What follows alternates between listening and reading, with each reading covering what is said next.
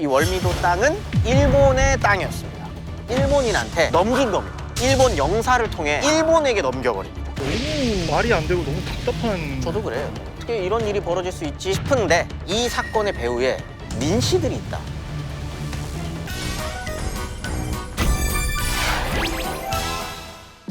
네, 걸음마다 쌓이는 지식여행 뚜벅뚜벅의 김재현입니다. 반갑습니다. 제가 나와 있는 곳은 월미도입니다. 예, 월미도.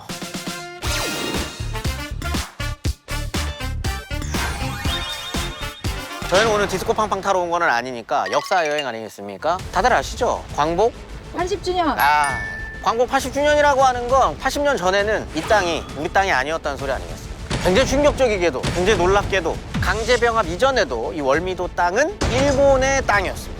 왜? 어쩌다가 월미도가 일본의 땅이 되었는지 비밀을 파헤쳐 보도록 하겠습니다. 월미도에서 벌어졌었던 굉장히 충격적이고 큰 사건을 이야기하기 전에 월미도가 얼마나 중요한 땅이었는지 그 설명을 먼저 좀 드리도록 하겠습니다.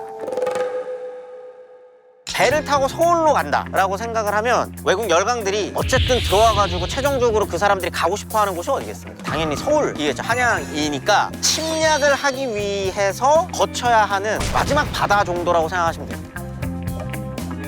인천 상륙작전이 가장 치열하게 벌어졌었던 곳 월미도입니다. 여기를 먹으면 서울 앞마당으로 들어가는 거기 때문에 여기를 장악해야 서울로 바로 들어가기가 제일 수월한 거죠.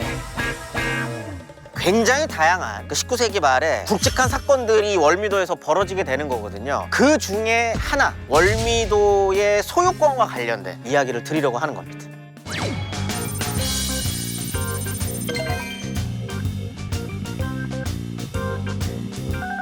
네, 여기가 어디냐면 인천 감리서 터입니다.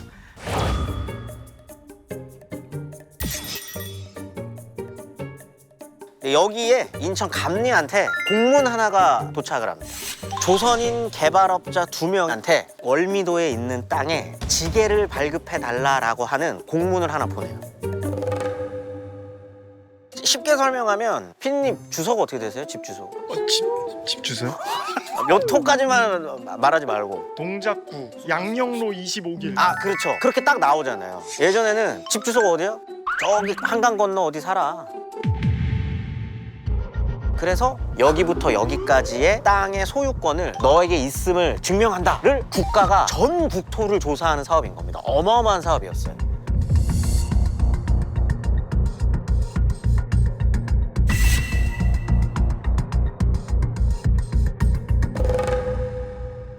그러니까 원래 월미도는 지게가 발급되면 안 되는 땅이에요. 왜냐면 땅으로 쓸 수 없는 땅을 개간한 거예요. 그런데 국가가 개간해서 만들어진 이 땅은 대여만 돼요. 매매는 되지 않습니다. 근데 문제가 됐었던 건 이 땅에 지게를 발급해달라고 하는 신청은 매매 대상이 됐다라는 뜻이거든요.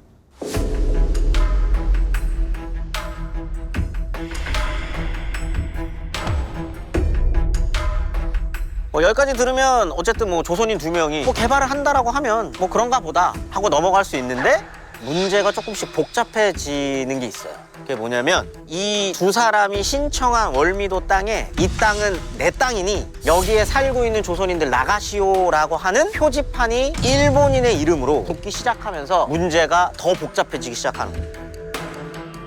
왜 일본인이 조선인은 나가라라고 하는 표지판을 붙이기 시작했는지는 다시 제가 월미도로 이동해서 말씀을 이어가도록 하겠습니다. 가보실까요?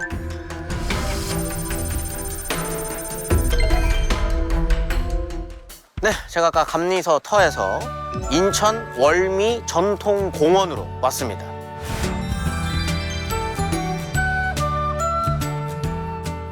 제가 아까 그 감리서 터 자리에서 일본인이 이상한 표지판을 꼽았다 이 얘기까지 이제 드렸었죠. 그 일본인의 이름을 말씀드리겠습니다.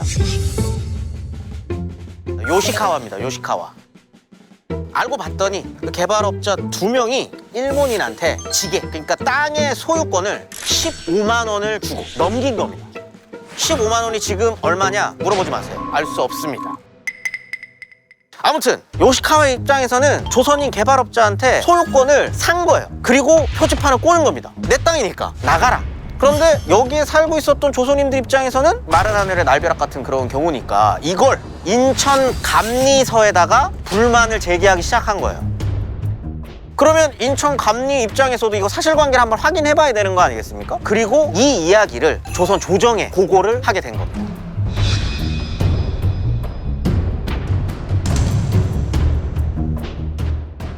자, 그렇게 조사가 시작이 됩니다. 조사가 시작이 돼가지고 사실관계를 파악했더니 처음에 문제를 만들었던 해바랍자 2명을 조사하려고 했는데 잠적해버립니다. 찾을 수 없었어요. 그리고 그 요시카와가 또 특이한 일을 벌여요. 일본인 개인이 가지고 있었던 땅을 일본 영사를 통해 일본에게 넘겨버립니다. 그러다 보니까 자연스럽게 이 월미도 땅은 일본 땅이 돼버린 겁니다.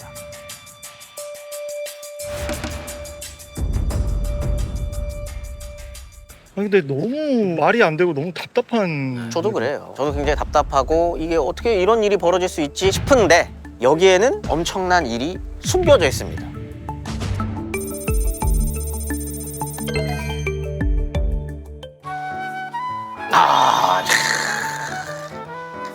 기가 막히네요.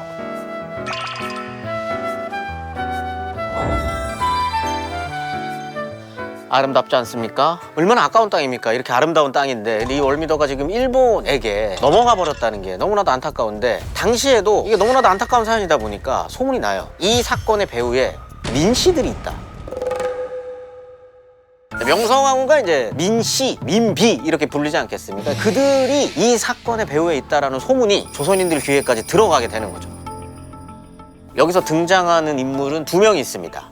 고종의 굉장히 최측근이었었던 이 민영주 부자인데 어쨌든 이 소문이 났으니까 이 민씨 부자에 대해서 알아봐야 될 거 아니겠어요? 조선 정부에서도 알아봐라 라고 했는데 알아보는 책임자도 이 사건에 또 연루가 돼 있었습니다. 그 사람이 누구냐면 김영준이라고 하는 사람입니다. 이 김영준이라는 사람은 누구냐면 지금으로 따지면 이제 대법원 같은 곳이죠. 최고 판결 기관에 소속되어 있는 사람이었습니다.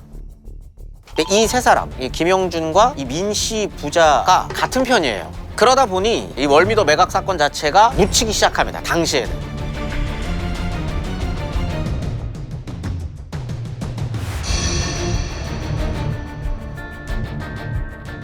자, 그럼 어쩌다가 이 월미도 매각 사건이 세상에 드러나게 되느냐? 이 세 사람은 자신들의 정치적 입지를 공고히 하면서도 이 월미도 매각 사건을 다른 사건으로 좀 눈을 돌리게 하기 위해서 러시아 공사관에 총격 사건을 하나 일으키자라고 하는 아이디어를 김영준이 민씨 부자에게 제안합니다. 그런데 생각보다 이 민씨 부자는 가슴이 새 가슴이었었던 것 같아요. 그래서 이거 거부합니다. 이거 나는 이거 못한다. 그런데 김영준 입장에서는 그렇게 되면 어떻게 했습니까? 내가 어쨌든 말을 뱉었는데 민씨 부자는 내가 이 뱉었다는 사실을 알아요. 트집이 잡힐 수도 있겠는데? 라는 생각에서 김영준이 민영주를 뇌물을 받았다는 혐의로 고발을 해요. 근데 민씨 부자 입장에서는 이거 우리를 먼저 공격한 거네? 라는 느낌을 받으니 이 민씨 부자 중에 아들이 가 러시아 공사관에 총수작을 했어요 라고 김영준을 고발을 또 하게 됩니다. 그러니까 이 나쁜 놈들끼리 서로 네가 잘했네, 네가 잘했네, 네가 잘못했네, 네가 잘못했네를 가지고 싸우기 시작을 한 겁니다.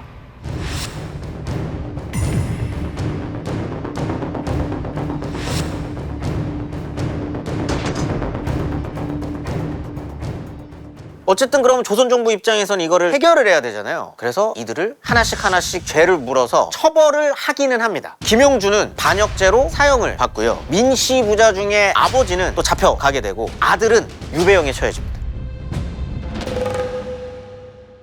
조선 정부는 이 사건이 벌어지는 그 순간서부터 끊임없이 월미도 땅을 다시 사들이려고 하는 노력들을 하는데 이게 벌써 1900년이 넘어간 시점이에요. 그러면 고작 4년 뒤에 러일 전쟁이 벌어지고 강제 병합으로까지 이어지면서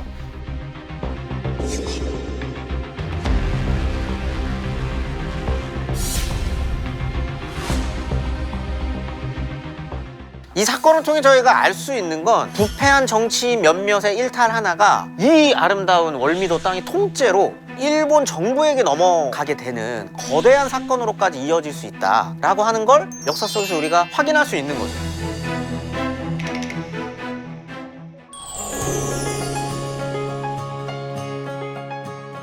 네, 오늘 이 아름다운 월미도에 깃들어 있는 역사 이야기와 함께 돌아보셨습니다. 어떠셨습니까? 사실 역사를 배우는 재미가 그런 데 있는 것 같아요. 역사가 교과서 안에만 있는 게 아니라 이렇게 동네마다 또 깃들어 있는 게 역사구나. 네, 월미도 곳곳을 돌아보시면서 이런 역사 이야기 생각해 보시는 시간을 가져보셨으면 좋겠습니다. 걸음마다 쌓이는 지식 여행 뚜벅뚜벅 더 재밌는 역사 이야기로 돌아오도록 하겠습니다. 감사합니다.